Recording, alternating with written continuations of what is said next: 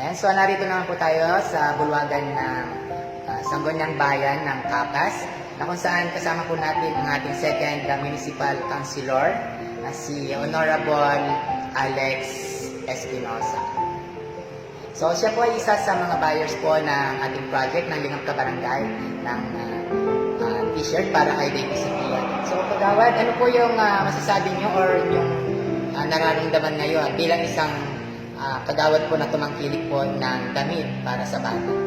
Una po sa lahat, no, ako'y malugod na bumabati sa mga bumubuo ng Lingap na barangay. No? So, napakalaking tulong po ang ginagawa niyo ito na kung saan ay para mapagamot si Baby Sophia, no, na makalimon kayo ng pondo. So, malaking pagsubok po ito at sa tulong ng ating Panginoong Diyos, alam ko po ay magtatagumpay tayo dahil mabuti ang hangarin ng inyong samahan. No? So, may t-shirt ka na, nakatulong ka pa, di ba? So, napakalaking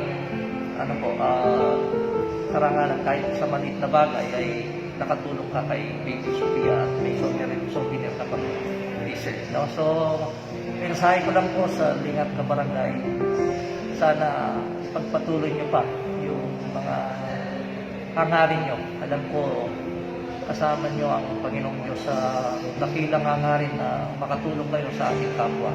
Kami naman po sa Sangguniang Bayan, basta kung ano po yung aming maitutulong, bukas palad at bukas puso kami handang tumulong kahit na sa anong bagay po. No?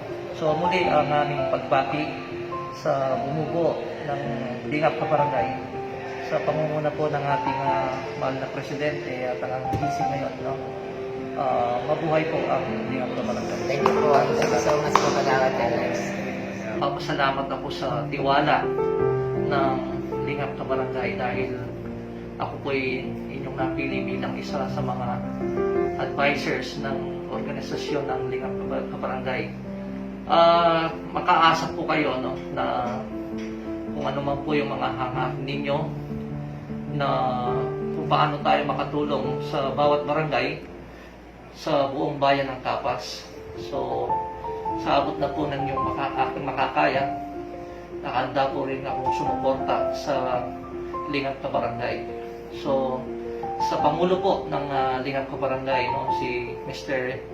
Elkie Malonzo, maging sa Vice Presidente si Emil, no? So si Presidente po kasi si Mr. Elkie Malonzo, kabats ko pong SK yan, no? So kilala ko po kung paano siya tumulong, yung malasakit niya sa mga kapwa-tao, no?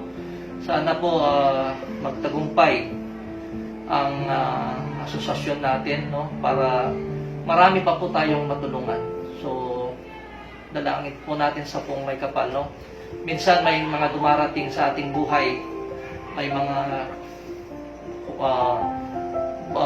bumabato sa ano ba yung tunay na hangarin ng ating asosasyon. So, huwag po natin pansinin yon. Basta, ang alam po natin, no, yung hangarin natin ay makatulong sa kapwa-tao. So, ipagpatuloy po natin yung dakilang hangarin na yun. Alam ko po magtatagumpay tayo dahil ang Diyos po ay kasama natin sa dakilang hangarin ito.